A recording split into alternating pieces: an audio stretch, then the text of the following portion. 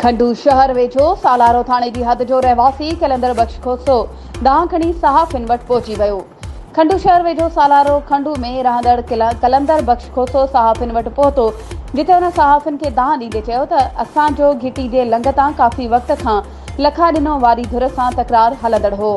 कुछ ॾींहं पहिरीं लखा ॾिनो वारी धुर मुंहिंजे पीउ खे लठियूं कुहाड़ियूं हणी नाहक क़त्ल करे छॾियो आहे। जंहिं क़त्ल जो केस असां सालारो थाणे ते लखा ॾिनो मजीद इक़बाल वली नज़ीर ऐं ॿियनि जे ख़िलाफ़ दाख़िल करायो आहे, जंहिं बाद ॿिनि ॼणनि जी गिरफ़्तारी पेश आई आहे।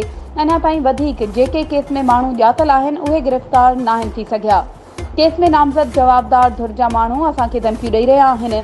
हुन IG Sindh, DIG Hyderabad, SSP मुटियारी ऐं SHO सालारो खे अपील कई त इंसाफ़ कयो वञे। हिन वीडियो खे लाइक करे असांजे चैनल खे सब्सक्राइब करियो ऐं हा, उन सां गॾु बेल आइकन खे प्रेस करणु न विसारिजो।